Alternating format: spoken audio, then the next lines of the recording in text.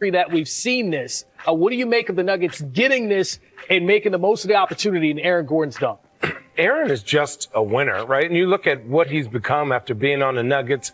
He was toted coming out of college because he went to University of Arizona like the rest of us. Goes to the Magic, deals with some injuries, comes to the Nuggets and actually is playing at all-star caliber level when he's healthy. If it wasn't for him, this team doesn't win championships. As much as Jokic is Jokic, Jokic's release valve at all times is, Aaron's just going to go get it. And then you look at what Aaron does to them defensively. They aren't the greatest defensively, but when you have a guy like Aaron Gordon who could just say, James Harden is hot, go guard him. Kawhi Leonard's hot, go guard him.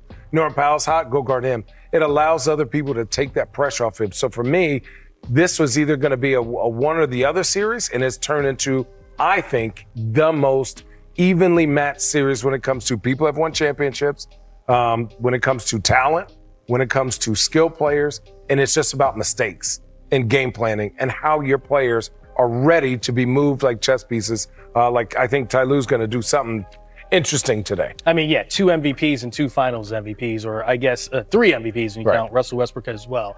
Looking at what Channing is saying about the momentum in the series, because after Game 3, it's like, okay, the Clippers have all the momentum, blowout win, Nuggets in trouble.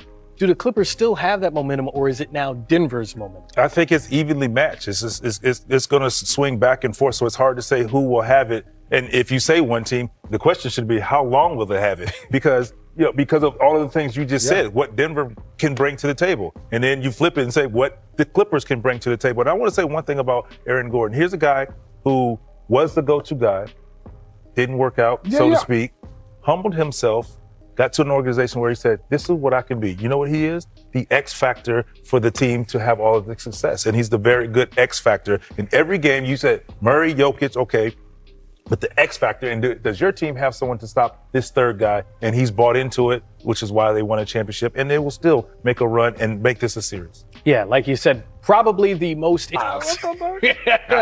The Bucks being eliminated in the first round for a third year in a row. Damian Lillard ruled out with a torn Achilles. Pacers looking to eliminate the Bucks for a second straight year. Taylor Rooks is on the sidelines for tonight's game and has more.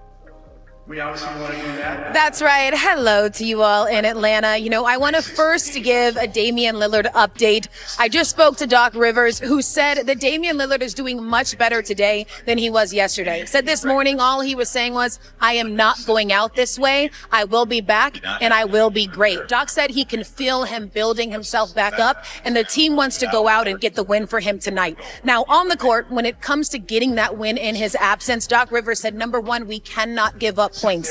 That means don't turn the ball over. Can't give up offensive rebounds. We have to get easy baskets, and we can't walk the ball up. And said that's where not having Dame actually hurts them the most. So they're putting a large focus, especially on their pace. Now, for Indiana, Tyrese Halliburton told me he really wants to work on being versatile. He told me that when he's out there, he can hear the bench and the coaches saying, stay home, make him score. So he wants to find that balance between being a facilitator and being more aggressive, getting layups, getting into the point, getting into the paint. And now the Pacers as a whole know that the elimination games are the most difficult. Tyrese said he expects them to come out here and play more free. He expects a more aggressive Kevin Porter Jr. Rick Carlisle said Giannis is going to have that ball in his hand the whole time, and there's no bargain there. So they know that they have to up the intensity, and said they expect this to be the hardest game of the year. Tyrese said they want to come out there early, crush their spirit, and get things going. But most importantly, they want this game to show their maturation as a group and really show that they belong here in these playoffs, guys. And I am so sorry that you have to be in the studio today with Channing. It's just really unfortunate for you all. It's really upsetting. I'm happy to be here. Good luck there in Atlanta, guys. Hey, you guys coordinating with the same color there, Channing. Crap. Coordinating. I didn't even notice That was not on purpose. All right, thanks, Taylor. See you later. Look, a few things stand out when I look at this series, right? The fact that the Pacers are shooting 51% from the field, 40% from three-point range, leading the playoffs in those two categories. But we have to start with Damian Lillard. Vince, this is a future Hall of Famer out with a torn Achilles. So do the Bucks have enough firepower and enough defense to come back from being down 3-1 without him on the floor? I do not think they have enough firepower.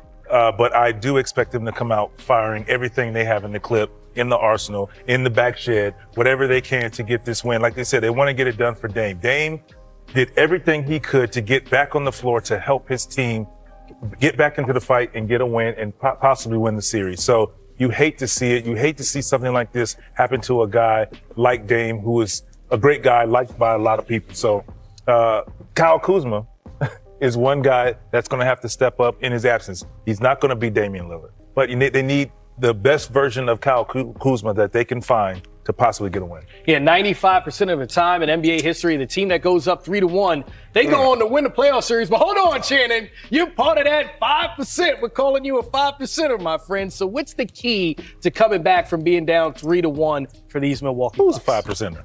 No, I'm the 1%. We're the only percent to ever do it in the finals. Don't put me another 4. Listen, I don't think they have a chance. Even if they win, they just don't. You know, when you go into a playoff series, you can't have big what ifs, right? You got to have little what ifs. Like, oh, can this 8th guy come up and give you 10 good minutes, 12 good minutes? Look at what OKC has done. Look at what Boston is doing. Look what the best teams are doing. And we're going, oh, Cleveland. You're like, well, what if Darius Garland gets hurt? They said, don't worry about it. We got a Ty Jerome and we got this. To me, when a Damian Lillard goes down, that's a gigantic piece of your boat that you need to float across the ocean that's not there. Yes, you can get a game or two from your bench or from a guy that gets hot. But you know what the other team is saying? We living. We living. They're yelling out just like that. The beginning of the series, everybody knew Giannis is going to be unstoppable. But what Indiana and Rick Carlisle has done is said, hey, as a team, we are a better team.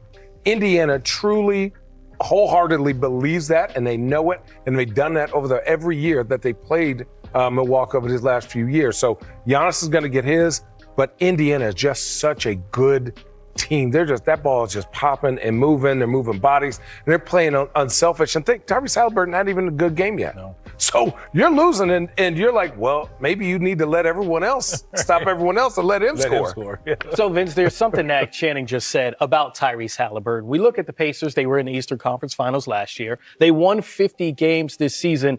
But without that MVP caliber player, do you think they kind of get overlooked in that way because they don't have a Giannis or a potential like Donovan Mitchell or Jason Tatum? Yes, they are overlooked, but at the same time, they put their stock into Tyrese Halliburton. They also put a lot of stock into Pascal Siakam and what he brings to the table. He's a champion. He's a great second guy and a guy who can. Now, I can put the ball in your hand. You can go get me a bucket. You can get foul. You can get to the free throw line. You can get us in the bonus. So I think with them not having that superstar guy, but like you said, the ball moves, pops. They play the right way. They play together. They share. They're unselfish.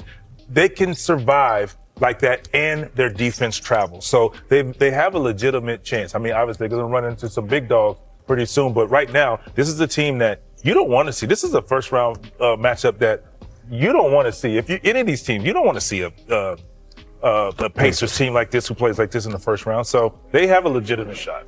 The word there, team. Because when I look at the Pacers and what they're able to do, Rick Carlisle has done a great job in that coaching staff of developing some of those other guys into guys that contribute consistently, whether it's Aaron Nesmith, Andrew Nembhard, Obi Toppin. Channing, what do you make of the way that these three guys are producing under Rick Carlisle? So one thing that Rick Carlisle does, and Vince would tell me yes or no on this, when he gets a pass first guard, his teams compete. Yes. Right? Sir. When he doesn't have to call every single play, when he can put them in situations to grow. If you look at one of these guys, now obviously their numbers aren't just jumping out at you, right?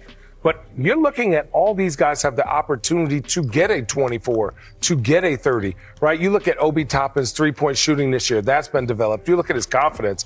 You look at these guys in Indiana initially, when Tyrese first got there, they were a run-and-gun team, and they were, running up and down, not playing defense. All of a sudden, Rick Carlisle comes in there and establishes like, hey, we can get up and run, but you three guys, right, need to anchor the defense. You three guys need to get out and attack the rim and create opportunities because Tyrese isn't that guy all the time. Like, he can't win you those games. He'll win the game because he's establishing an unselfish culture. And I want you to finish your statement, but what you said, but I also say this, that graphic showed your third, fourth, and fifth best scorer on that team. Fourth, fifth, and sixth, because we're missing Turner. That's true. Okay, fine. So there you go. Crazy. So that, even more Ben so, Matherin. Yeah, no, so, but that's what I'm forgot saying. about my dog, Manny. But that's what I'm saying. But there, okay, so now you're adding, these are guys now, Yeah. just like you have to guard Cleveland, Boston, honestly. You have to do that with these guys as well. They have a group of guys that can get you that double figures, which that's all you need. Yeah. Now when you have 6, 7 guys that are getting double figures, it's so hard to guard that way. Yeah, it's too much rotations in the playoffs. You're 100. noticing when guys are in rotations, dudes are attacking the baseline, attacking the middle, kicking and spraying for guys wide open threes. So especially as unselfish as they play, man, it's just tough. You got to take something away. What's your favorite team? Comment below, and if you liked the video, please leave a like.